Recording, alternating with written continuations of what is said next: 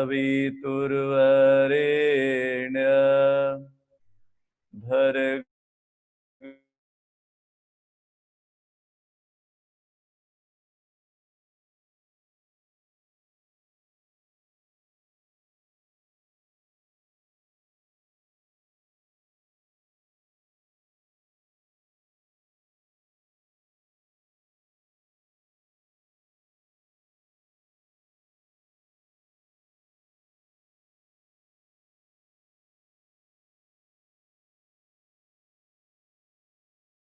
हजारों हजारों वर्षों से बनी एक योजना का अवतरण इस धराधाम पे युग निर्माण योजना के माध्यम से संपूर्ण ईश्वरी चेतना ने उसको अवतरित किया।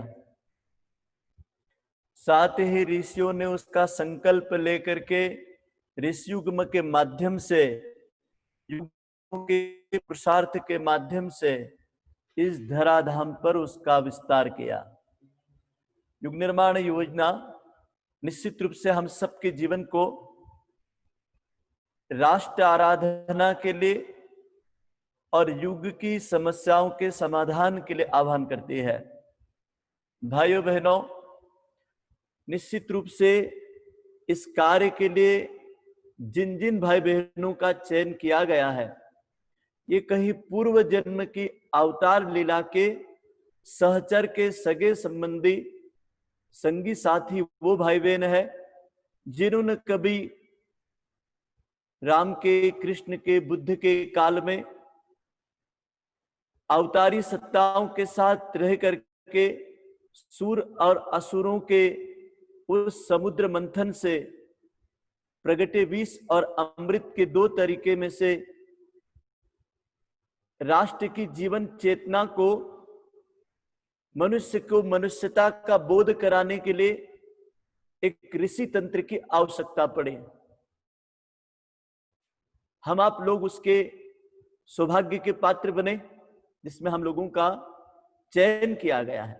एक तो होता है चुनाव, तो चुनाव तो जनता के, जनतंत्र के लोग करते हैं, गणतंत्र के लोग करते हैं, लेकिन चयन तो ईश्वर करता है। और जब हमारा चयन हो गया है इस विश्वव्यापी अनुष्ठान के लिए, तो युग ऋषि ने इस महाअभियान को इस रूप में कहा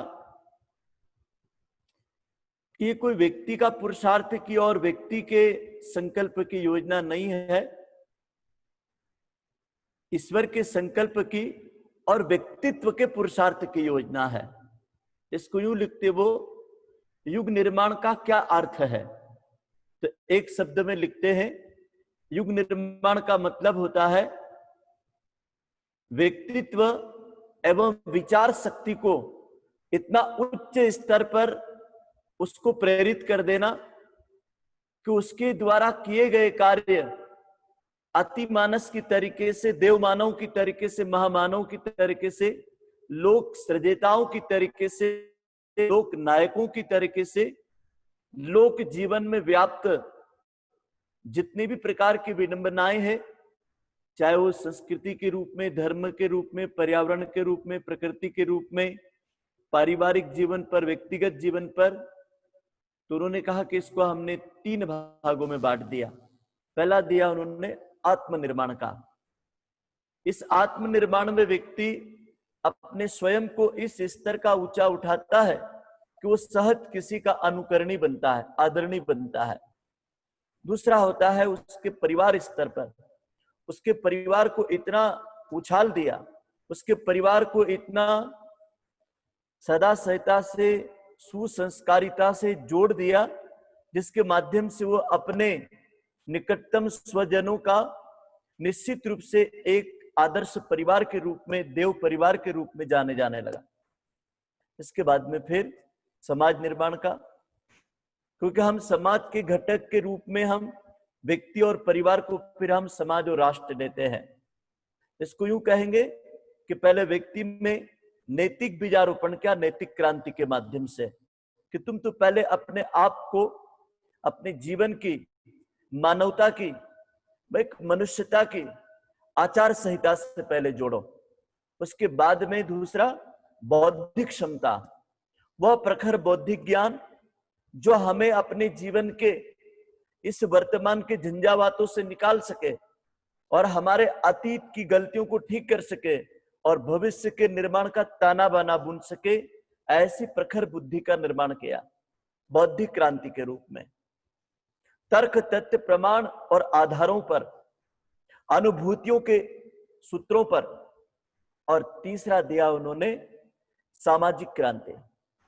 तो जब समाज में व्याप्त कुरीतियां हो, मूढ़ मान्यताएं हो, रीति रिवाज के गलत चलन हो, उन सबको कैसे ठीक किया जाए, इसकी शुरुआत परिजनों ने अपने आप से करी, अपने समाज से करी, अपने घर से शुरुआत करी।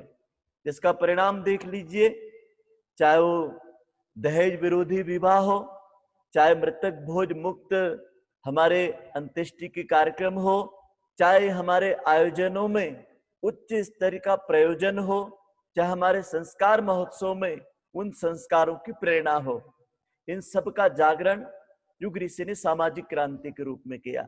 इसी को हम ऐसा मान सकते हैं, सुचिता और ममता ये व्यक्ति और परिवार स्तर पर, और एकता और समता समाज और राष्ट्र स्तर पर।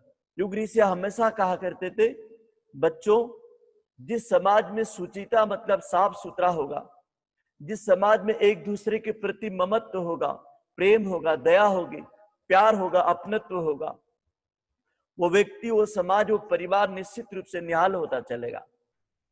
और जो समाज और राष्ट्र के निर्माण के लिए दो सूत्र उन्होंने दिए, एकता और समता के, तो निश्चित रूप से अनेक भाषाएं, अनेक मत पंथ संप्रदायों के लोगों के बीच में गायत्री परिवार की एकता एक अनुकरणीय है। इसके अंदर की समता बहुत ही उच्च स्तर के है। यहाँ विषमता का कोई स्थान नहीं है, क्योंकि विषमता ही तरह तरह के विरोधों का, आंदोलनों का, विभिन्न प्रकार के सामाजिक बुराइयों का कारण बनता है। लेकिन यहाँ ऐसा नहीं है। साधकों निश्चित समझना, युग ऋषि ने अपने जीवन को इन विचारों की प्रयोगशाला बना करके हम आप जैसी दिव्य आत्माओं की, संस्कारित पुण्य आत्माओं की खोज करी, और खोज करने के बाद में उसको एक परिवार का नाम दिया, गायत्री परिवार। अब गायत्री परिवार का मतलब क्या? युग ऋषि ने एक शब्द में अच्छा लिखा, परमार्थ के लिए और सदा सहयोग के लिए तत्पर रहे ऐसे समूह का नाम गायत्री परिवार है। इसको कोई नाम, संगठन, संस्था और नामों से इसलिए नहीं पुकारा, परिवार भावना दिया, जहां पर सबको हिल मिल करके एक पारिवारिक भाव से, कौटुंबिक भाव से सभी जाति वर्ग के लोगों को इसको एक साथ नियोजित किया युग ऋषि ने। भाइयों बहनों, इस महान अनुष्ठान को पूरा करने के लिए परम पूज्य गुरुदेव ने एक गंभीर बात कही कि व्यक्ति को सबसे पहले युग निर्माण का साचा बनना चाहिए। देखा होगा, साचे के बाद कितना भी आप घड़ सकते हैं, बस साचा बनने की आवश्यकता है। अब साचा बनने के लिए उन्होंने विभिन्न प्रकार के तंत्र में व्यक्ति के अनुशासनों को, व्यक्तित्व के व्रतों को, व्यक्तित्व के प्रतिबंधों को, व्यक्तित्व को समाज में रहने के लिए आचार संहिताओं को, लोक सेवों की दिशा बोध, इस पुस्तक के माध्यम से उन्होंने सारे सूत्र दिए। भाइयों बहनों, सबसे पहले हमें सप्त महाव्रतों के बारे में चिंतन करना है। देखा होगा आपने, जो लौकिक व्रत कराए जाते हैं, चाहे वो देवी देवताओं के व्रत हो, गुरुवार का व्रत, संतोषी माता का व्रत, सत्यनारायण कथा का व्रत, इसमें क्या होता है, पात्रों की कहानी सुन करके हमें मान लेते हैं कि हमने इनका चरित्र सुन लिया, हमने इनकी कहानी सुन लिया, अब हमारा कल्याण हो जाएगा, अब हम सब रोग शोक संताप पाप और कष्ट कठिनाइयों से मुक्त हो जाएंगे। लेकिन युग ऋषि कहते ऐसा नहीं है, तुम्हें इन पात्रों को अपने जीवन में उसी रूप में अनुभूति करना पड़ेगी। तो इसके लिए युग निर्माण व्रत की उन्होंने 7 व्रत दिए। युग निर्माणी वो जो युग का शिल्पकार है। अब युग का शिल्पकार कैसा होना चाहिए? यदि साबुन ही गंदा है तो कपड़ा कैसे धुलेगा? घर ही मैला है, मन ही मैला है, हमारी विचारणाएं मैली है, तो हम किसी को प्रभावित कैसे कर पाएंगे? तो सबसे पहले व्यक्ति को साचा बनने के लिए उन्होंने, व्यक्ति को एक रोल मॉडल बनने के लिए उन्होंने 7 व्रत दिए। सबसे पहला व्रत दिया लक्ष्य और चिंतन। ये पहला व्रत है। युग निर्माणी कार्यकर्ता को अपने जीवन में यदि प्रगति करना है, चाहे वो व्यक्तिगत जीवन हो, चाहे पारिवारिक जीवन हो, चाहे हमारा मंडल का जीवन हो, चाहे शक्तिपीठ का क्षेत्र हो, जिस क्षेत्र में भी हम प्रगति चाहते हैं, तो सबसे पहले हमें लक्ष्य और चिंतन की आवश्यकता होती है। हमारे सामने कोई लक्ष्य तो हो, और जब ऊंचे लक्ष्य होंगे तभी व्यक्ति ऊंचे काम करता है। जब हमारा सतत चिंतन उसके साथ जुड़ा हुआ होता है, हम सतत अपने लक्ष्य में युग निर्माण को रखें, हमारे चिंतन में सतत हम युग ऋषि के चरित्र को रखें, हमारी उपासना पद्धति को रखें, हमारे ऋषि के बताए हुए उस दिशा को रखें जिससे समाज की और हमारी जो दशा बिगड़ रही है उसको हम अपने लक्ष्य से ठीक कर सकते हैं। क्योंकि जब जब भी दुनिया में परिवर्तन हुआ या विजय श्री प्राप्त हुए, तो लक्ष्य भेदी उन लोगों को प्राप्त हुआ जिनके विचार उस स्तर के थे। क्योंकि विचारों के माध्यम से ही व्यक्ति के पुरुषार्थ का कहीं न कहीं जागरण होता है। किसी भी क्षेत्र में यदि व्यक्ति उतरा है, कार्य में जुटा है, चाहे वो व्यक्तिगत क्षेत्र हो, सामाजिक क्षेत्र हो, राजनीति का क्षेत्र हो, अध्यात्म का क्षेत्र हो, इसमें विचार सर्वोपरि है। क्योंकि विचार वो हथियार है जो हमारे मस्तिष्क को क्रियाशील रखता है, और मस्तिष्क जब क्रियाशील रहता है तो हमें लक्ष्य का हमेशा नित्य नवीन रूप से स्मरण रहता है, बोध रहता है कि मैं युग निर्माणी हूं, मुझे भटकना नहीं है, मैं युग निर्माणी हूं, मुझे लोगों से प्रभावित नहीं होना है, मैं युग निर्माणी हूं, मैं ऋषि ऋषिकाओं के महान अभियान के अंग के रूप में मेरा निर्माण हुआ है। सज्जनों, निश्चित रूप से ये दूसरा सूत्र जो है बड़ा गंभीर है, श्रमशीलता। यदि आदमी के पास लक्ष्य है और विचारशीलता है, अच्छी बात है, लेकिन दूसरा सूत्र चाहिए इसके लिए श्रमशीलता, प्रचंड पुरुषार्थ, मेहनत। क्योंकि जो विचार आ रहे हैं वो मात्र आप लिख लेते हैं, बोल लेते हैं, समझ लेते हैं, अच्छी बात है, लेकिन यदि हम उसको कर्मठता से धराधाम पे देखना चाहते हैं तो एक दिन वही कल्पनाएं, एक दिन वही हमारे उद्देश्य, लक्ष्य और विचारणाएं धरती पे अवतरित करेंगे जिसके पास में श्रमशीलता है। बहुत सारे भाई बहनों के पास में योजनाएं बहुत है, लेकिन उसके लिए वो श्रम नहीं करते हैं, मेहनत नहीं करते हैं।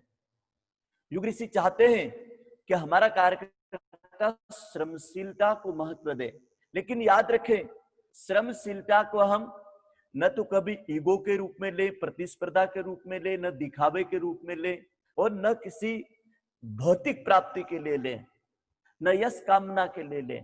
जो भी श्रमशीलता मिले तो एक कुशल कर्मयोगी की तरह ले कि मुझे जो भी श्रम मिला हुआ है वो छोटा या बड़ा नहीं है।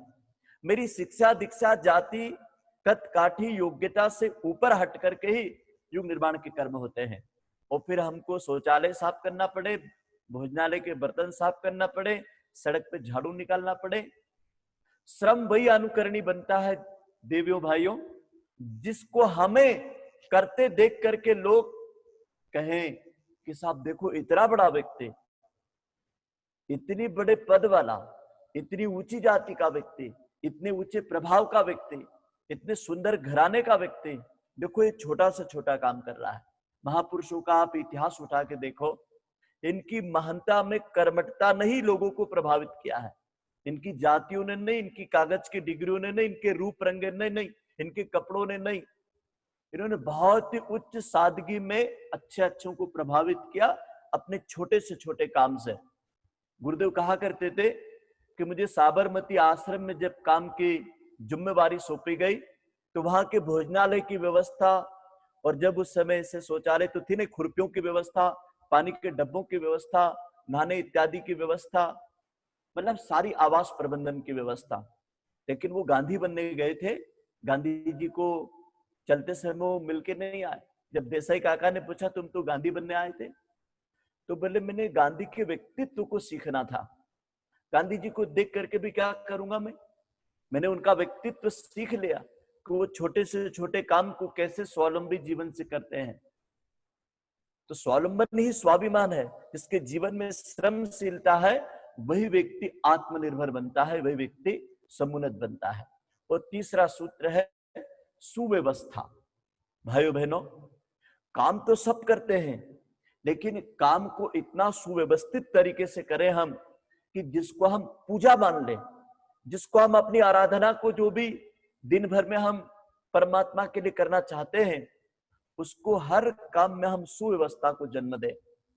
क्योंकि सुव्यवस्था जो होती है ना, वो बाद में हमें खीस, संताप, टेंशन, तनाव, अवसाद, निराशा को नहीं जन्म देना पड़ता है। क्योंकि सुव्यवस्थित जहाँ अपने को सामान रखना है, झोला रखना है, पत्र पत्रिकाएं रखना है, गाड़ी की चाबी रखना है, मोबाइल रखना है, पैसा रखना है, लेन देन के विशेष फाइल कागज रखने हैं, सब अस्त व्यस्त। अस्त व्यक्ति हमेशा खिन्न रहता है। हमारी टेबल पर बहुत सारे पत्र फाइल पड़े हुए, व्यवस्थित नहीं है। कभी जरूरत पड़ती है तो हम बहुत निराश हो जाते हैं, हताश हो जाते हैं, सिर भारी हो जाता है, बदन दर्द होने लगता है। क्यों? सुव्यवस्था की कमी के कारण। हमारी हर चीज सुव्यवस्थित हो, हमारा घर सुव्यवस्थित, कपड़े सुव्यवस्थित, हमारा आंगन सुव्यवस्थित, हमारे घर के लेट बाथ सुव्यवस्थित, हमारी टेबल, हमारे आने और जाने के सारे क्रम में सुव्यवस्था दिखनी चाहिए। यहाँ तक कि घर के जूते चप्पल भी लाइन से लगे होना चाहिए। सुव्यवस्था घर के दरवाजे से शुरू होती है, घर के चौके तक जाती है, जेब से शुरू होती है, आदमी के रख रखाव, रहन सहन में सब दूर सुव्यवस्था दिखती है। ये बड़ा गंभीर विषय है सुव्यवस्था का, जो अपने जीवन को कहीं न कहीं ऊंचा उठाता है। और तीसरा सूत्र है सज्जनों, जिसका नाम है शिष्टता। अच्छा, जब तक शिष्टता नहीं आती है ना व्यक्ति में, अक्सर आजकल लोग शिष्टता को तो भूल ही चुके हैं। हम दूसरों से तो अपेक्षा करते हैं कि लोग हमारा आदर करें, सम्मान करें, प्रणाम करें, नमस्ते करें, आओ भगत करें। आते जाते हमारी जो शिष्टता होनी चाहिए, आगमन की और विसर्जन विदाई की बराबर होनी चाहिए। यदि कोई हमारे घर आगंतुक आता है तो हम बकायदा टेलीविजन, मोबाइल बंद करके उसको सुने, ये शिष्टता है। उसको स्थान दे। इसके साथ ही जब वो विदा होता है तो कम से कम अपने घर से दरवाजे तक, ज्यादा समय है तो उसके वाहन तक, बस स्टैंड तक छोड़ने तो जाए। शिष्टता ऐसी को कहते हैं, आप कुछ खा पी रहे हैं, आपके सामने कोई वृद्ध खड़ा है, बुजुर्ग खड़ा है, बच्चा खड़ा है, आप स्वयं खा रहे हैं लेकिन दूसरों को पूछ नहीं रहे हैं। शिष्टता का मतलब होता है अपने विशेष गुणों से आप दूसरे को प्रभावित कर सकते हैं। क्योंकि जब तक हमारे अंदर वह विशिष्ट श्रेष्ठ सद्गुण स्वयं में देखने को नहीं मिलते हैं, जब तक उन गुणों को हम दूसरों में पैदा नहीं कर सकते। चलो लोग भूल गए, हम शुरू करें। प्रणाम भैया, प्रणाम बहन जी, नमस्ते, क्या दिक्कत है? अपनी ओर से हम शुरुआत करें हर अच्छाई को बोने का काम। तो जहां भी हो हम विशिष्ट रूप से शिष्टता का ध्यान रखेंगे। चौथा आता है संयमशीलता। निश्चित रूप से संयमशीलता एक बहुत बड़ा मर्यादा का है। अर्थ का संयम, विचारों का संयम, समय का संयम। हमारे जीवन में संयम का बड़ा महत्व है। दबाव से नहीं, संयम से जीवो। ऋषि कहता है संयमशील व्यक्ति के जीवन में रोग, शोक, संताप, अपयश, दरिद्रता कभी नहीं आती है। क्यों? क्योंकि विचारों से संयमित है, अपने इंद्रियों को संयम में रखता है, इसके साथ ही अर्थ का संयम करता है, इसके साथ ही उस समय का संयम करता है। समय को पूरा का पूरा उसने बांट के रखा है। जिसने समय का संयम कर लिया, सुव्यवस्थित जीवन जी लिया, वो संयमशीलता ही उसे ऊंचा उठाती है। देखो, समय समाप्त जीवन समाप्त, समय बर्बाद जीवन बर्बाद। ये मान करके चलो कि जिसके पास समय है मतलब जीवन है, जिसके पास समय समाप्त होगा उसका जीवन समाप्त हो गया। स्वास्थ्य समाप्त हो गया मतलब जीवन समाप्त हो गया। क्या बचा हमारे पास में? तो संयमशील व्यक्ति के जीवन में सतत समृद्धि रहती है, सतत प्रसन्नता रहती है, सतत नियमितता बनी रहती है, सतत अपने कार्य के प्रति वो सजग और जागरूक रहता है।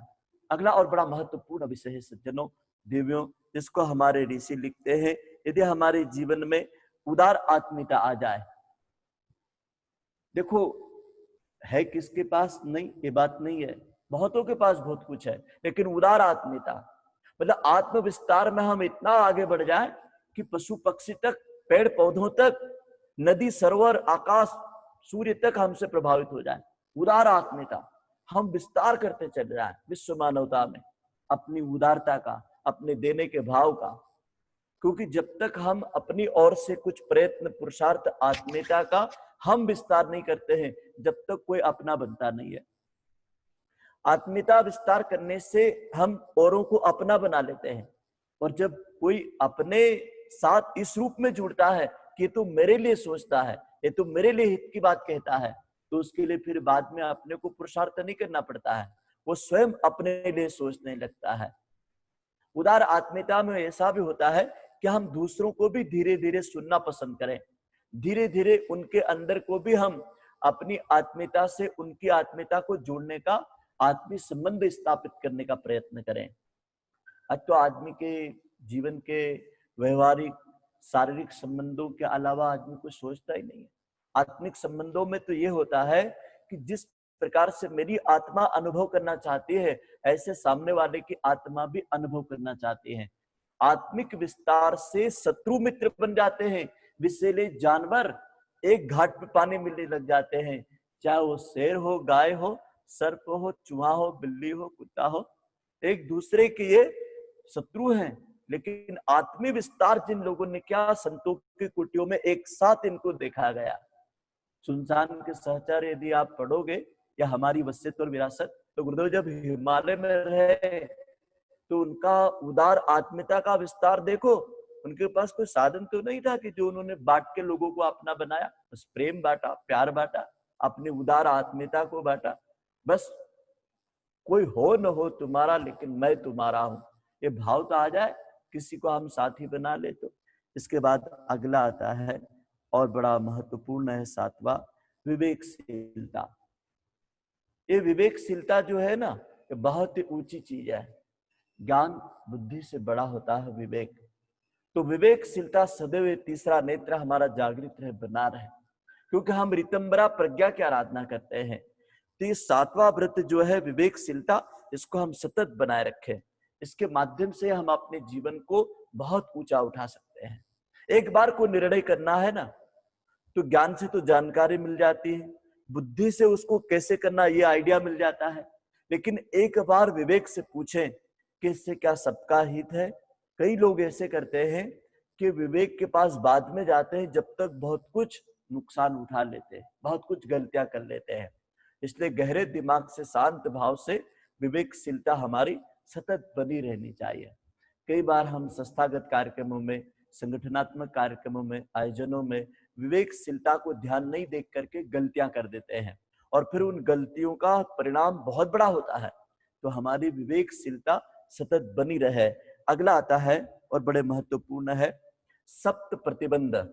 और निश्चित रूप से ये मान करके चलना, यदि सड़क अच्छी है और उस पर गति अवरोध नहीं बना हुआ है, दुर्घटना होने की संभावना है। तो हमारे ऋषि कहते हैं, यदि आप जीवन के प्रगति के मार्ग पर, आत्म कल्याण और लोक मंगल के मार्ग पे चलना चाहते हो, तो समाज है आप पे श्रद्धा रखता है, आप पे विश्वास रखता है, आपको महान समझता है, अपने से ऊंचा समझता है, आपको एक बहुत बड़ा ऋषि तंत्र का अंग अवयव मान करके आपको आदरणीय मानता है, आपके सम्मान में न जाने कितनी संसाधन श्रद्धा लुटा देता है, अपने घर बार परिवार कुटुंब कबीलों पर इतना विश्वास करके आपके साथ छोड़ देता है। लेकिन यहाँ गुरुदेव कहते हैं कि कुछ ऐसे व्रत मनुष्य स्वयं ले ले, ये मुझे नहीं करना है।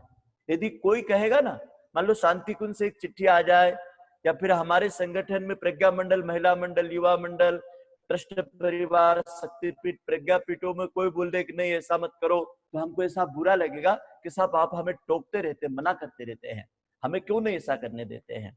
लेकिन याद रखिए, हमारा ये आंदोलन है, अभियान है, ये मात्र कोई आयोजन नहीं है। आयोजन और आंदोलन में बहुत अंतर होता है। आयोजन होते 2 दिन के, 3 दिन के, 7 दिन के, 5 दिन के, महीने 2 महीने के, साल 2 साल के मान लीजिए। लेकिन आंदोलन, आंदोलन तो अलग अलग काल में अलग अलग रूप लेकर के निरंतर चलने वाली प्रक्रिया है। ईमान करके चलना कि युग निर्माण योजना एक ऐसा आंदोलन है, विचार क्रांति अभियान का, जो कभी भी सूर्य, चंद्रमा, पृथ्वी के अस्तित्व में कभी भी समाप्त होने वाला नहीं है। तो आंदोलन के लिए प्रतिबंध बहुत जरूरी है, क्योंकि किसी भी संस्था का, किसी भी संगठन का, किसी भी राष्ट्र और समाज का यदि कोई सिद्धांत नहीं है, कोई अनुशासन नहीं है, कोई व्रतशीलता नहीं है, तो वो कभी भी टूट जाएगा, बिखर जाएगा, समाप्त हो जाएगा। हम आप लोग जितने भी गायत्री परिवार में जुड़े हुए हैं, इसमें कहीं न कहीं हमारे जीवन में गुरुदेव का व्यक्तित्व, उनकी अनुशासन, उनकी आचार संहिता ने हमें प्रभावित किया है। अन्यथा गुरुदेव के अंदर यदि आप उनका शरीर देखो तो कोई बाबा जी की तरह लंबी चौड़ी जटा नहीं थी, कोई मालाएं नहीं थी, कोई आभूषण नहीं थे, कोई अंगूठियां नहीं थी, कोई लच्छेदार उनके भाषण, प्रवचन, शेर शायरी वाले नहीं थे। बिल्कुल आत्मीयतापूर्ण एक सादा पारिवारिक भाव में उन्होंने इतने लोगों को जोड़ा था। इसके पीछे उनके सिद्धांत थे, उनका ऋषि अनुशासन था, उनका ऋषित्व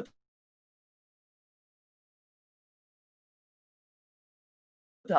उनके स्तर का वो काम करके गए। अब हमारे स्तर पर हमको ये 7 व्रत लेना चाहिए। सबसे पहला व्रत है हमारा संगठन की शक्ति। हम संगठन की शक्ति को सर्वोपरि समझेंगे। गुरुदेव कहा करते थे कि व्यक्ति को यदि बोलना आ जाए, गाना आ जाए, किसी भी प्रकार की कोई प्रतिभा आ जाए, और यदि वो संगठन शक्ति के साथ जुड़ करके वो प्रतिभा का नियोजन होता है, तब वो प्रतिभा भगवान की बन जाती है। तो वो व्यक्ति के नहीं रहते हैं, तो वो व्यक्ति भगवान का प्यारा हो जाता है, और भगवान उसके लिए सब कुछ कर देता है। जो जमीन से लेकर अंतरिक्ष तक और अंतःकरण तक जो चाहिए वो दे देगा। आपकी व्यक्तिगत प्रतिभा क्या करेगी? आपको पैसा दिला देगी, क्षणिक कोई स्टेज पर मान सम्मान करा देगी, कोई बड़ा पुरस्कार दिला देगी, कोई बात नहीं है, आप अकेले भी कर सकते हैं। लेकिन याद रखना, यदि संगठन की शक्ति के साथ यदि हम जुड़े हैं, तो फिर हम व्यक्ति के रूप में नहीं है, एक संघ शक्ति के रूप में है, एक समूह के रूप में है। तो हमारी आवाज में दम होगा।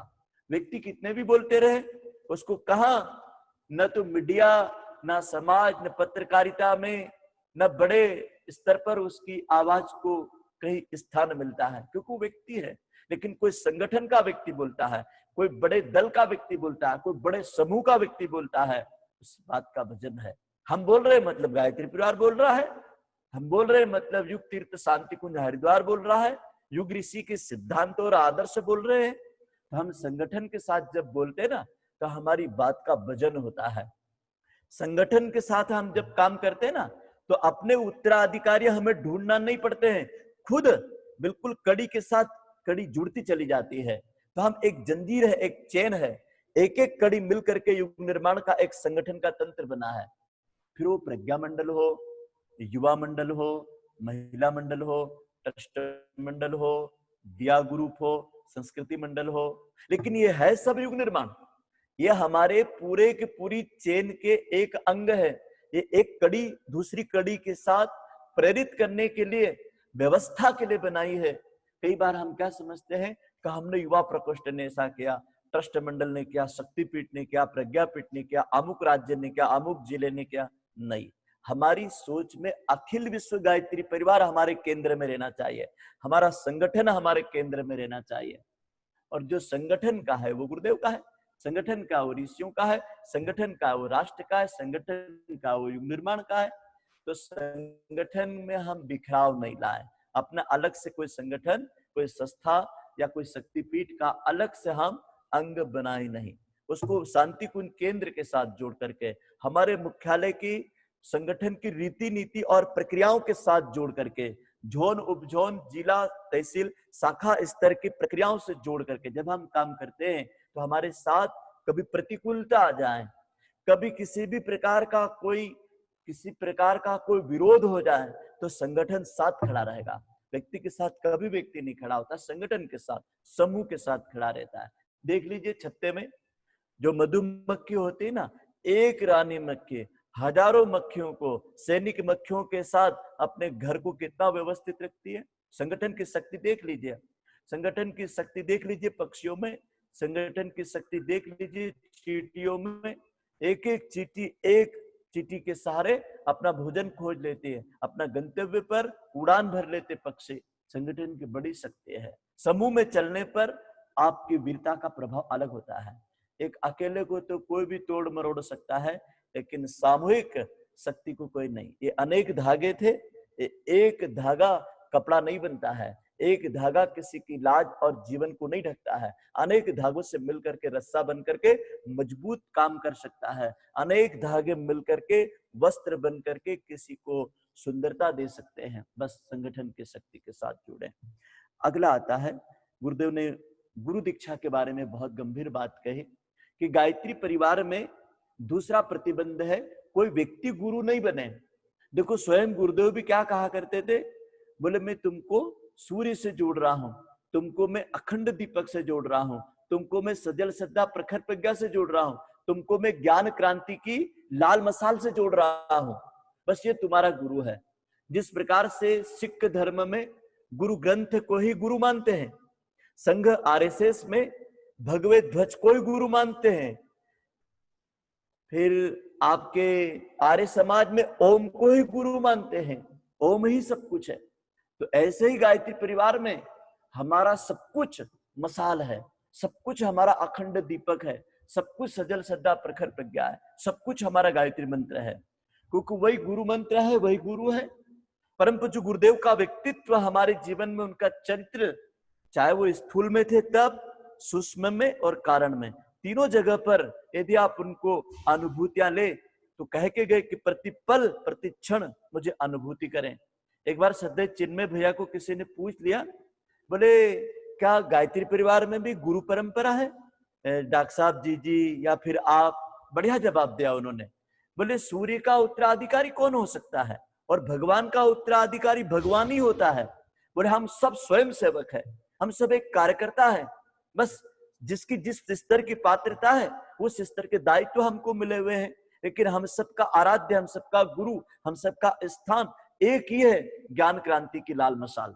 और कोई यदि भूल से भी व्यक्तिगत गुरु रूप में पैर पुजाने लगेगा, सम्मान पाने लगेगा, तो निश्चित रूप से उसके अंदर की शिष्यत्व साधना समाप्त हो जाएगी। और गुरु बनने के ढोंग में जिन लोगों के भी रोग शोक संताप और जितने उनके जीवन के कुकर्म है, उसका स्वयं को भोग भोगना पड़ेगा। क्यों? क्योंकि गुरु का तप, प्राण और पुण्य का अंश किसी की कष्ट कठिनाइयों को हरण करता है। ये शक्ति व्यक्ति में नहीं होती है, शक्ति में होती है। तो गुरु को आप हमेशा व्यक्ति से ऊपर उठा दें और शक्ति माने। तो गुरुदेव भगवान ने जो शक्ति अर्जित करी थी उसको हम गुरु बोलते हैं, गुरुदेव के शरीर को गुरु नहीं बोलते हैं। गायत्री परिवार में उस वेद मूर्ति तपोनिष्ठ आचार्य जी के उस व्यक्तित्व को गुरु बोलते हैं जिन्होंने अपने जीवन को गायत्री महाविद्या की एक जीवंत प्रतिमा के रूप में विकसित किया था। अगला और महत्वपूर्ण आता है, अपने जीवन में सम्मेलन, यज्ञ, बड़े बड़े सेमिनार होते हैं, होना भी चाहिए, लेकिन गुरुदेव के सिद्धांतों पर। गुरुदेव कहते हैं कि यज्ञ आयोजन हमारा व्यवसाय नहीं है, यज्ञ आयोजन हमारी बहुत बड़ी प्रक्रिया अनुष्ठान की पूर्णाहुति के रूप में है।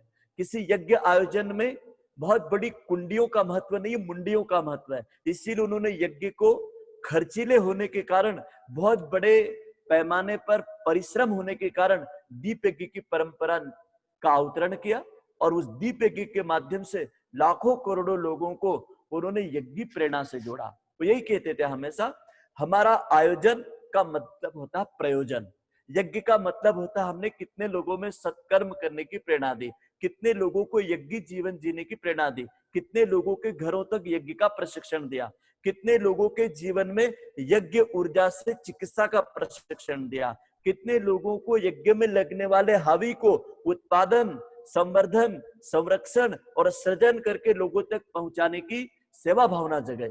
ये यज्ञ का नाम है। तो गुरुदेव के शब्दों में यदि हम कहें तो बड़े आयोजन खर्चीले भी होते हैं, लंबे श्रम के भी होते हैं। इसके लिए उन्होंने यज्ञ और सम्मेलनों पर अपने जीवन में कुछ मर्यादाएं दे रखी है। कि पंचकुंडी यज्ञ, एक कुंडी यज्ञ, घरे घरे गायत्री यज्ञ, दीप यज्ञ, संस्कार महोत्सव यज्ञ आप शाखा मंडल स्तर पर कर लें। लेकिन यदि आप 9 कुंडी से ऊपर बड़े यज्ञों में जाते हैं तो शांति कुंज के संरक्षण में, शांति कुंज की मर्यादाओं में, शांति कुंज की टोली यज्ञ आचार्यों के माध्यम से हो, ताकि आप लोग इतने बड़े जन समुदाय को, इतनी बड़ी जन समुदाय की भावनाओं को, ऋषि के सही सूत्रों को उन तक पहुंचा सके, ताकि पर्यावरण भी संरक्षण हो सके, यज्ञ परंपरा भी जिंदा रह सके, जिसके माध्यम से मनुष्य के जीवन के पुरुषार्थ को हम सही तरीके से सत्कर्म की ओर प्रेरित कर सके। इसके बाद अगला आता है और महत्वपूर्ण है यज्ञ आचार्य। गायत्री परिवार में क्या होता है, कोई ब्रह्मा का पद, आचार्य का पद, महामंडलेश्वर का पद। गायत्री परिवार में कोई ऐसी उपाधियां नहीं है, हम सब स्वयं सेवक हैं, युग शिल्पी हैं। हाँ, प्रतिनिधि के रूप में प्रसन्नता पूर्वक गुरुदेव जिन कामों को कराते थे उनका प्रतिनिधि बन करके, उनका अंश बन करके, प्रज्ञा अवतार का एक अंश अवतार बनने की हम सबको छूट है। लेकिन हम अलग से ब्रह्मा का पद, यज्ञ आचार्य का पद, महामंडलेश्वर और बड़े पदों से सुशोभित होने की नियत से यदि कोई यज्ञ आचार्य का यदि हम प्रदर्शन करते हैं, पैर पुजाने के चक्र में, अधिक धन लेने के चक्र में, जन आस्था को हम व्यक्तिगत जीवन की लोकेशना को पूरा करने के लिए ये वर्जित है। अगला और महत्वपूर्ण है जल यात्रा और जुलूस। हमारे यहाँ कलश यात्राएं निकलती हैं, कोई छोटे मोटे आंदोलन के भी यात्राएं और जुलूस निकालते हैं हम लोग, लेकिन इसके लिए उन्होंने मर्यादा रखी है। व्यक्तियों को कभी भी घोड़ों पे बिठाना, रथों पे बिठाना, या फिर गाड़ियां सजा करके व्यक्तियों को जुलूस निकालना, या फिर बैंड बाजे के साथ में हमने हाथी और घोड़ों के ऊपर व्यक्तियों को सजा करके उनको इस रूप में प्रस्तुत और प्रदर्शित करना कि यह हमारे प्रमुख है, ऐसा करके गुरुदेव इसके लिए साफ मना करके गए। ज्ञान क्रांति की मसाल, सजल श्रद्धा प्रखर प्रज्ञा, यज्ञ भगवान गुरुदेव माता जी हिमालय, इसकी आप झांकी बनाइए, सप्त आंदोलन की झांकी बनाइए, गायत्री परिवार के रचनात्मक कार्यक्रमों की झांकियां बनाइए, पर्यावरण की झांकियां बनाइए, कलश यात्रा में गायत्री मंत्र और गुरुदेव के साहित्य की यात्रा निकालिए, कलश यात्रा जहां पर भी हो तुलसी की वृक्षों की यात्रा निकालिए, कावड़ बना करके उसमें वृक्ष रख ले उसकी यात्रा निकालिए, मना नहीं है। हमारे आंदोलनों की भी यात्रा निकले तो उसके लिए सद्वाक्य और आंदोलन से संबंधित यात्रा, यहाँ तक कि आंदोलन में भी पुतले जलाना, रावण जलाना, इस प्रकार के ध्वंसात्मक कार्यक्रम वर्जित है। इसमें लकड़ी जलती हो, कपड़ा जलता हो, विभिन्न प्रकार की सड़कें जाम होती हो, पूर्ण अनुशासन के साथ हमारी यात्राओं का निर्धारण गुरुदेव ने लिखा है। अगला और महत्वपूर्ण है साधकों और बड़ा महत्व का है छठा सूत्र, आशीर्वाद और वरदान। कई बार क्या होते हैं, कई भाई बहन बोलते हैं कि मेरे अनुष्ठान का पुण्य फल तुमको वरदान के रूप में दे दिया, तुम्हारे यहाँ बेटा हो जाएगा, बेटी हो जाएगी, तुम्हारा ऐसा हो जाएगा। गलत है यह। आप तो ऐसा करिए ना, आपके पास में कुछ भी व्यक्ति की कोई आती याचना, कोई व्यक्ति आप पे भरोसा कर रहा था, आप ऐसा करिए, भैया मैं आपके लिए अखंड दीपक से प्रार्थना कर दूंगा, गुरुदेव माता जी निश्चित रूप से आपके इस क्षणों में मदद करेंगे। मैं तो क्या कर सकता हूँ, मैं तो एक सामान्य आप जैसा व्यक्ति हूँ। इसका पुण्य प्रभाव क्या होगा, जब उसका व्यक्ति के जीवन में कोई न कोई शुभ योग बनेगा, अच्छी सफलता मिलेगी, अच्छे कार्य में कोई उसको फायदा होगा, तो मिशन को श्रेय सम्मान देगा, व्यक्ति को न दे करके मिशन से जुड़ेगा। व्यक्ति से जुड़ने के बाद में व्यक्ति ठगा जाएगा, और मिशन से जुड़ेगा, ऋषि से जुड़ेगा, आगे तक चलेगा, लंबी दूर तक जाएगा। और आपने बोला आपकी पात्रता होगी तो जरूर आपका कार्य हो जाएगा, क्योंकि मेरा ऋषि पात्रता देख करके ही देता है, कुपात्र को कभी मिलता नहीं है। तो आदमी अपनी पात्रता बढ़ाएगा, आप भी बदनाम नहीं हुए, मिशन भी बदनाम नहीं हुआ, और ना ही आप व्यक्तिगत रूप से महिमा मंडित हुए, सही सम्मान मिला। तो अखंड दीपक को, गुरुदेव माता जी को, गायत्री परिवार को ऐसा कर सकते हैं। अगला और अंतिम है दान दक्षिणा। देखो, जन श्रद्धा बड़ी महत्वपूर्ण होती है। हम कोई यज्ञ करने जाते, संस्कार कराने जाते, किसी आयोजन में जाते हैं, तो लोग सहज, हमारी वेशभूषा ऐसी है, गायत्री परिवार के पीले कपड़े देख करके लोग कुछ न कुछ दान धर्म दक्षिणा जरूर देते हैं। एक बार किसी एक कार्यक्रम में गया तो वह एक सज्जन ने कहा, हमारे बीच में गायत्री पंथ से भी मेवालाल पाटीदार जी आए हैं। तो मैंने अपनी बात कहने के पहले कहा, भैया गायत्री पंथ नहीं है, गायत्री पथ है, युग निर्माण एक पथ है, एक रास्ता है राष्ट्र कल्याण का, युग के निर्माण का, सृजन साधकों के नियोजन का। इसमें कोई भी चल सकता है। हम पंथ नहीं है, हम संप्रदाय नहीं है, हम दान दक्षिणा लेने वाले छोटे मोटे नहीं, हम तो ऋषि पुत्र हैं। हमको छोटे मोटे से कोई काम भी नहीं होना है। एक किसी जगह पे भंडारा चल रहा था, घटना तो 25 साल पुरानी है। भोजन के लिए लाइन में मेरे को भी किसी ने बिठा दिया, तो बामण है, कोई बोलता था हाँ, तो 1 रुपया उसकी पत्तल पे छोड़ देता था। मेरे को भी पूछा कि बामण है, मैं कहा नहीं, कौन? मैं कहा ऋषि पुत्र। तो वो 1 रुपया छोड़ने के बजाय एकदम आदमी मेरे को ऊपर से नीचे तक देखने लगा, ये क्या है? भाइयों बहनों, हम ऋषि पुत्र हैं। हम तो पूरे विश्व के निर्माण के लिए हमको बहुत ज्यादा साधन की आवश्यकता है, बहुत ज्यादा धन की आवश्यकता है, बहुत ज्यादा समय की आवश्यकता है, बहुत ज्यादा श्रम की आवश्यकता है। तो जितना मिलेगा उसको हम परमार्थ में नियोजित करने वाले लोग हैं। हम अपने लिए नहीं, हमारी उंगली सदैव औरों के लिए रहती है, सेवा कार्य के लिए रहती है। तो हमको जब भी मिलेगा ना, दान दक्षिणा से ऊपर उठ करके अंशदान मिलेगा। अपने जीवन में अपने को अभिन्न अंग मान करके लोग देंगे। तो हम कभी भी दान दक्षिणा कोई भी किसी भी प्रकार की मिले तो पूरी प्रामाणिकता के साथ स्वीकार करें। समय की अन्नदान की अन्नदान में से, साधन दान की साधन दान में से, वस्तुदान की वस्तुदान में से, अंशदान की अंशदान में से रसीद दे। कार्यक्रम पूरा हो गया, हिसाब बता दे। वार्षिक रिपोर्ट हम समाज के 5,000 से ऊपर मिलने वाले दान वालों को आशीर्वाद पत्र के साथ अपनी ऑडिट रिपोर्ट भेज दे। देखो मजा आ जाएगा। शांति कुंज हरिद्वार का इतना बड़ा करोड़ों का कार्यक्रम चलता है, उनका पाई पाई का हिसाब होता है। एक बार हम किसी कार्यक्रम के लिए गए तो सद्या जी को हमने निवेदन किया, मैं कहा जी आपके अंशदान के कुछ बरकत दे दो। तो आप आश्चर्य करेंगे, 1 रुपया के डॉक्टर साहब की जेब से 1 रुपया वहां शुक्ला जी खड़े थे उनके हाथ से निकाला, 1 भैया कोई और खड़े थे उनसे निकाला, जी ने अपने पल्लू से 1 रुपया दिया। ऐसा कर करके उन्होंने 108 रुपए दिए हाथ में। मतलब देखो कितनी प्रामाणिकता है। मिशन का पैसा पाई पाई हिसाब करके उसको राष्ट्र की धरोहर मान करके सदैव डॉक्टर साहब जी खर्च करते हैं। ये हमने करीब से देखा है। हम आप सब लोगों का भी यही कर्तव्य है कि हमें पाई पाई का हिसाब समाज को देना चाहिए, पूरी पारदर्शिता के साथ में। पैसा बहुत गौण चीज है, क्योंकि व्यक्ति के जीवन में यदि किसी भी प्रकार की अप्रामाणिकता यदि समाज में आती है तो फिर छोटे छोटे पैसे के लिए हमको सोचना पड़ता है।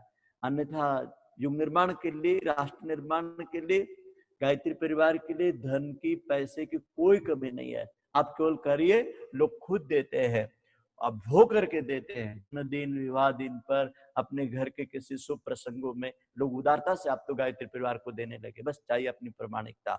अगला और महत्वपूर्ण है सज्जनों, 3 से हमें सदैव बचना चाहिए। और 3 से बचने के लिए क्या है? गायत्री परिवार के प्रत्येक कार्यकर्ता को लोकेशना से बचना चाहिए, समाज की वाहवाही से बिल्कुल बचना चाहिए। और दूसरा, हमें उत्तेजना से बचना चाहिए। हमें अपने कुटुंब, परिवार, पत्नी, बच्चे, अपने लिए, अपने बच्चों के लिए हम इतना कुछ कर दें कि शिक्षा दीक्षा और उनको पैरों पे खड़ा कर दें। उसके बाद की जिम्मेदारी उनको चलने के लिए भी कुछ समय दें। अगला समय हमारा अच्छे काम के लिए लगाए।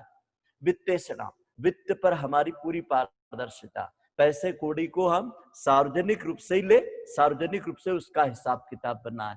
किसी भी प्रकार की ये 3 चीजों पर हमें सतर्क रहना चाहिए, लोकेशना, उत्तेषणा और वित्तेषणा।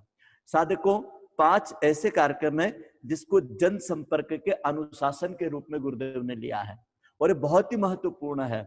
कई बार हम समाज में जाते जनसंपर्क के लिए, और गायत्री परिवार का विस्तार जनसंपर्क से होता है, क्योंकि जन जागरण ही गायत्री परिवार का मुख्य आंदोलन है। यदि हमको गायत्री परिवार के मंडल का, शक्तिपीठ का, प्रज्ञापीठ का विस्तार करना है तो सबसे अच्छा तरीका है जनसंपर्क, जन जागरण। और जन जागरण और जनसंपर्क करने के लिए हमें विभिन्न प्रकार के आयोजन मिले हुए हैं। चाहे हम लोक जागरण के लिए पत्र पत्रिका लोगों के घर में अखंड ज्योति, युग निर्माण, प्रज्ञा अभियान देते हो तो, संस्कार कराने जाते हो, यज्ञ कराने जाते हो तो, या किसी भी प्रकार के कोई आयोजन के कार्यकर्ता बन के जाए तब, या किसी परिवार के किसी बड़े ब्याह शादी समारोह में जाए तब, हमें 5 चीजों का ध्यान रखना चाहिए।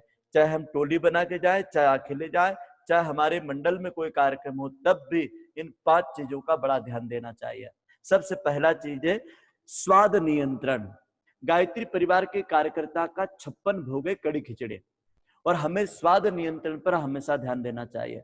हमें पकवानों की कभी भी बात हमारे आयोजनों में नहीं करनी चाहिए, और जहां पे पकवान बने किसी कारण से, किसी ब्याह में, शादी में, किसी कार्यक्रम में, तो उन पकवानों को खाने के साथ स्वाद की तारीफ करके उन पकवानों की प्रशंसा में उन लोगों का अहंकार बिल्कुल ना बढ़ाएं।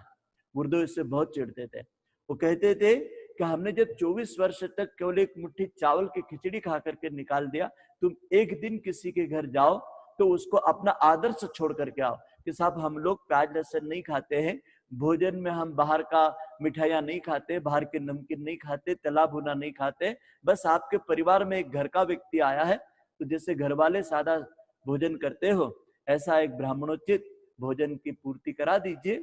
बाकी पकवानों की लिस्ट के लिए उनका समय बर्बाद मत करिए, उनका पैसा बर्बाद मत करिए, और आपका पेट मत खराब करिए, और आपके विचार अन्न से खराब होते हैं। इसलिए लोग खिलाने को तो खिला देंगे, लेकिन जैसा खाए अन्न वैसा बने तन मन वाणी और संस्कार, इससे बचना है। अगला आता है और महत्वपूर्ण है नारी मर्यादा। देखो, नर और नारी एक समान बात अच्छी है, लेकिन एक बात हमेशा ध्यान रखें, नर नारी परस्पर एक दूसरे की मर्यादाओं का ध्यान रखें। आप कितने अच्छे कपड़ों में हैं, कितने अच्छे सुंदर परिवार से कितने अच्छे कार्यक्रम करा रहे हैं, ये बात उतनी महत्वपूर्ण नहीं है जितनी आपके चरित्र की रक्षा, क्योंकि चरित्र की रक्षा इस मिशन में सबसे बड़ी है।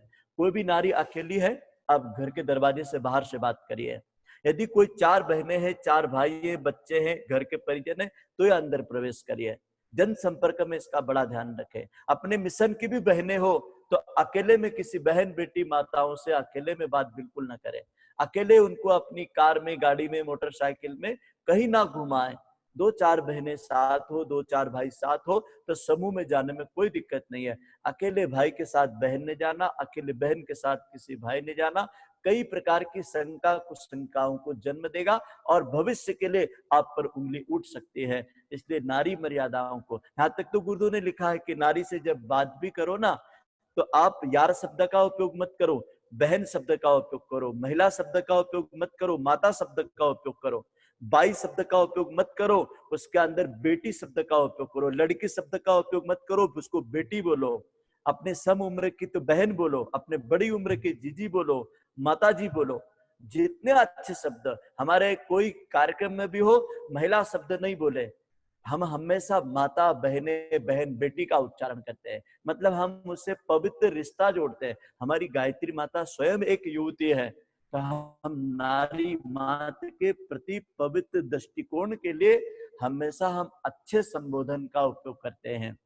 एक बात का हम जरूर ध्यान रखें, हिसाब किताब को हम बहुत पारदर्शिता से रखें। हमारी तिमाही भरनी है, 6 माही भरनी है, वार्षिक ऑडिट करानी है, बकायदा हम शांति कुंज भी उसको बताएं, मंडल में भी बताएं, शक्तिपीठ प्रज्ञापीठ से कोई लेन देन करते हैं तो उनकी रसीद बुकें भी प्रामाणिकता से दे, क्योंकि इससे हमारा व्यक्तित्व निखरता है। अगला और चौथा सूत्र है हमारा व्यवहार, क्योंकि व्यवहार गायत्री परिवार के परिजन का कैसा होना चाहिए। हमारा और उनका मिलना, हमारा और उनका बिछुड़ना एक याद बन जाना चाहिए। और कोई मिला था ट्रेन में, कोई मिला था किसी कार्यक्रम में, वो गायत्री परिवार का बंदा था। वो हर चीज के उसकी सोची जा सकती है, उसका उठना बैठना, बोलना चलना, खाना सुनना, कपड़ा पहनना, सब कुछ व्यवहार में आता है। हमारी व्यवहारिकता किसी को ज्यादा प्रभावित करती है, न कि हमारी डिग्री, न कि हमारे कपड़े। हमारे कपड़े देखो, कितने बाबा लोग, उनका व्यवहार देख लीजिए, कितने महात्मा लोग, कितने साधु संत लोग, कितने आचार्य लोग, कितने अच्छे पढ़े लिखे लोग, लेकिन उनका व्यवहार गाली गलौज से शुरू होता है। उनके जीवन के अंदर ऐसी निम्न कोटि की, ऐसी नीच हरकतें देखने को मिलती है, खाते, बोलते, चलते समय, पहनते समय, कि जिसे देख करके कोई भी व्यक्ति ये नहीं बोलेगा कि इस व्यक्ति का व्यवहार कुशलता है। हर जगह हमारा व्यवहार बहुत ही अनुकरणीय, आदरणीय होना चाहिए। हम आप कहें, मैं के स्थान पर हम कहें। कई बार हम लोग अपने व्यवहार में मैंने करा, मैंने ऐसा कर दिया, मैं ऐसा कर दूंगा, मैं तेरा ऐसा कर दूंगा, पहचानता है मैं कौन हूं। आप बड़ी जाति के हो सकते हैं, धनवान व्यक्ति हो सकते हैं, लेकिन गुरुदेव के यहाँ केवल आप युग शिल्पी हैं। और युग शिल्पी को हमेशा एक स्वयं सेवक की तरह हमारे हर काम में विनम्रता और दूसरों को बड़ा मानने की भावना दिखनी चाहिए। अपने को आप छोटा मानिए, दूसरे को बड़ा मानिए, ये हमारा व्यवहार में आ जाए। हम आगे से लोगों को प्रणाम करने लगे, हम आगे से लोगों को प्रोत्साहन करने लगे, अपना यश, अपनी कीर्ति और अपनी सफलता अपने साथियों को बांटने लगे।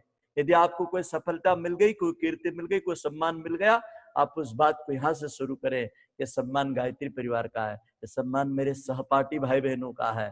काम आपने किया हो, आप अपनी यश को, अपनी कीर्ति को, अपने सम्मान को अपने साथियों में बांट दीजिए और परिणाम देखिए कितने लोग प्रसन्न होते। कई बार तो ऐसा होता है, करते कोई, अखबार में किसी और का नाम छप जाता है, करता कोई मेहनत और नाम किसी और का हो जाता है, संगठन यहीं से टूटता है। तो हमारे व्यवहार में अपने को छोटा माने, दूसरों को बड़ा माने। परम श्रद्धेय वीरेश्वर बाबू जी एक अच्छी बात कहा करते थे, गायत्री परिवार का कार्यकर्ता काम में आगे और दाम में पीछे, नाम में पीछे और बांटने में सबसे आगे। गायत्री परिवार का कार्यकर्ता पद में पीछे और त्याग में आगे। निश्चित रूप से बड़ा महत्वपूर्ण विषय है। चलो परम सद्या सैल दीदी, यदि मात्र गुरुदेव की बेटी रहती ना, तो केवल बेटी तक का सम्मान मिलता उनको, लेकिन उन्होंने गुरुदेव को अपना गुरु बनाया, सच्ची शिष्या जीजी बने, तो आज 15 करोड़ से अधिक भाई बहनों की जीजी बन गई वो। परम सद्य डॉक्टर साहब कभी गुरुदेव के केवल दामाद होते ना, तो दामाद का सम्मान उनके रिश्तेदार लोग करते, अपन क्यों करते। लेकिन आज हम उनका सम्मान एक शिष्य की भावना से, उन्होंने जो पात्रता बनाई अपने व्यवहार से, अपने व्यक्तित्व से, अपने कार्य कुशलता से, इतने बड़े अभियान को अपने हाथ में लेकर के बढ़ाया, तो उनकी पात्रता ने इतना बड़ा सम्मान दिलाया है। तो कई बार क्या करते हैं लोग, अपने अग्रजों के सम्मान से भी ईर्ष्या करने लगते हैं, चिढ़ने लगते हैं, द्वेष करने लगते हैं, विरोध, उपेक्षा, असहयोग करने लगते हैं, तरह तरह के षड्यंत्र रचने लगते हैं। ये गलत है। आप भी अपनी पात्रता बढ़ाई है। गायत्री परिवार तो खुला मंच है, यहाँ कोई व्यक्ति गुरु नहीं है, कोई व्यक्ति प्रमुख नहीं है, यहाँ संगठन प्रमुख है, संस्था प्रमुख है, सिद्धांत प्रमुख है, यहाँ व्यक्तित्व को प्रमुखता दी गई है। तो सद्य डॉक्टर साहब ने, जीजी ने, चिन्ह भैया ने और अनेकों वरिष्ठ कार्यकर्ताओं ने अपनी पात्रता को इतना विकसित किया, जिसके कारण उनको आप आदरणीय बोलते हैं, सम्माननीय बोलते हैं, आप उनको आदर करते हैं। इनको शरीर के रूप में आप आदर नहीं करते हैं, इनको इनके व्यक्तित्व के रूप में, इन्होंने जो पात्रता मिशन के लिए समर्पित करा, उस समर्पण को आप सम्मान करते हैं। तो आपको व्यवहार कुशलता इतनी ऊंची रखना है कि वो ईर्ष्या में नहीं जाए। कई बार कार्यकर्ता एक दूसरे से ईर्ष्या कर लेते हैं, एक गायक दूसरे गायक से, एक वक्ता दूसरे वक्ता से, एक शक्तिपीठ दूसरे शक्तिपीठ से, एक जिला दूसरे जिले से, एक राज्य दूसरे राज्य से। आप स्पर्धा स्वस्थ कीजिए, ईर्ष्या मत कीजिए। इन्होंने इतने पेड़ लगाए, हम इतने पेड़ लगाएंगे, अच्छी बात है। उनके बारे में आप टीका टिप्पणी मत करिए, उनके साथ ईर्ष्या मत करिए। कार्यकर्ता को हमेशा कार्यकर्ताओं के समूह को गायत्री परिवार मानना है, व्यक्ति को या क्षेत्र को नहीं मानना है। वेशभूषा हमेशा हमारी शालीन होना चाहिए, सादगीपूर्ण होना चाहिए, कपड़े सस्ते होना चाहिए, खादी के होना चाहिए, सूती होना चाहिए। कोई मुफ्त में भी दे तो गायत्री परिवार के लोगों को महंगे कपड़े सुंदर नहीं लगते, रंगे बिरंगे कपड़े सुंदर नहीं लगते। गुरुदेव ने ये तप और त्याग का बहाना पहनाया है, खादी की धोती कुर्ता पहनाया है, क्या गलत किया है, बहुत अच्छा है।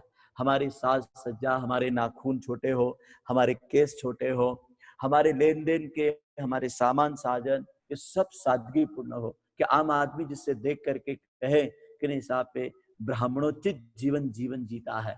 हमारा जीवन खर्चीला नहीं हो, हमारी वेशभूषा तड़क भड़क वाली नहीं हो, हमारी वेशभूषा में और हमारे संसाधनों में विदेशी वस्तुओं का अंबार ना हो। हम स्वदेशी के प्रेमी बने, हम आत्मनिर्भर भारत को प्रमुखता दें। हमारे यहाँ पे धोती कुर्ते की परंपरा लुप्त हो गई थी, शिखा और सूत्र की परंपरा लुप्त हो गई थी, और पंचा और उपवस्त्र की परंपरा लुप्त हो गई थी। गुरुदेव ने उसको जिंदा किया। गुरुदेव को यदि आपने देखे होंगे तो उनके पास में कोई सोने चांदी की चरण पादुका नहीं थे, रबर की सादी चप्पल पहनते थे 6.5-7 रुपए कीमत के, और कहीं साधना और इसके लिए जाते थे तो उनके एक लकड़ी की वो भी सूदी बेल्ट लगा हुआ करती थी, उसको पहनते थे गुरुदेव भगवान।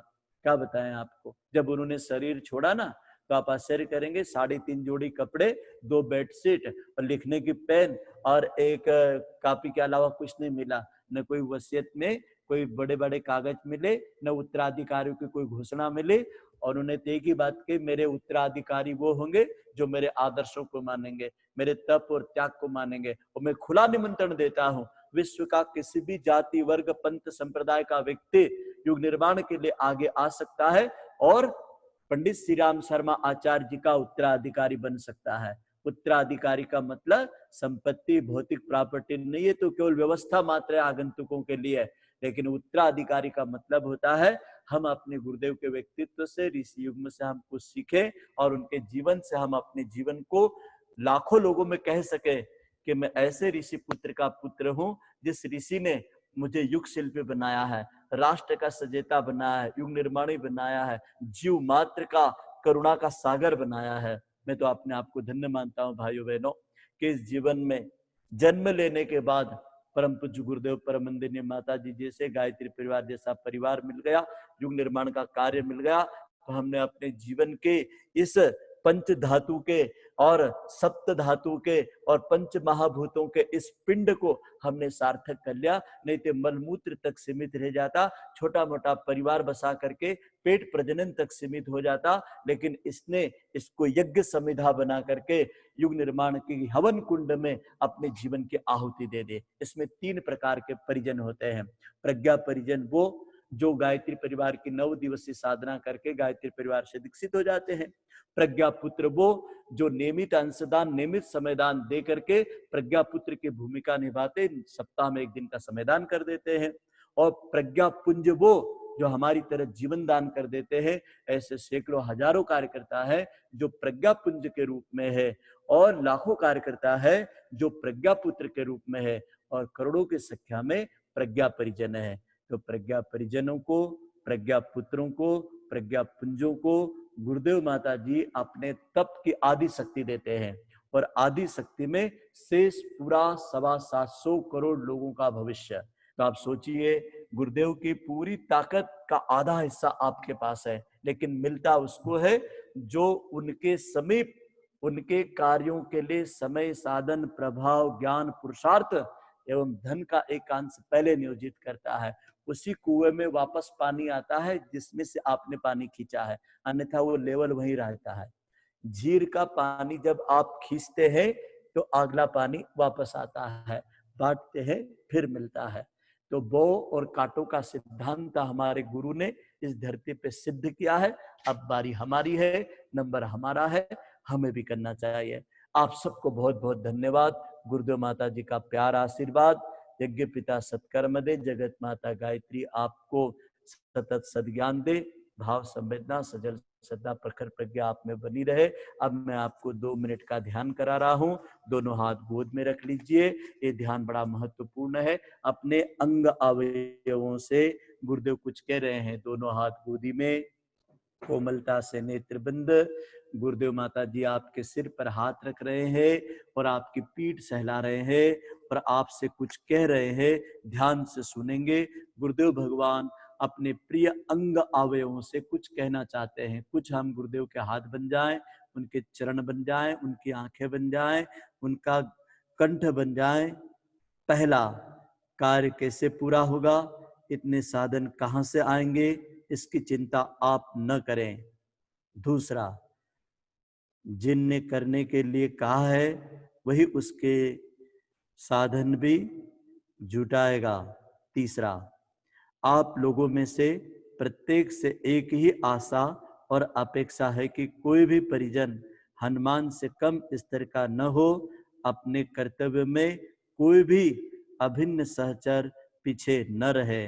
चौथा, काम क्या करना पड़ेगा, यह निर्देशन और परामर्श समय समय पर मिलता रहेगा। वह तो समय ही बात करेगा। काम बदलते भी रहेंगे और बनते बिगड़ते भी रहेंगे।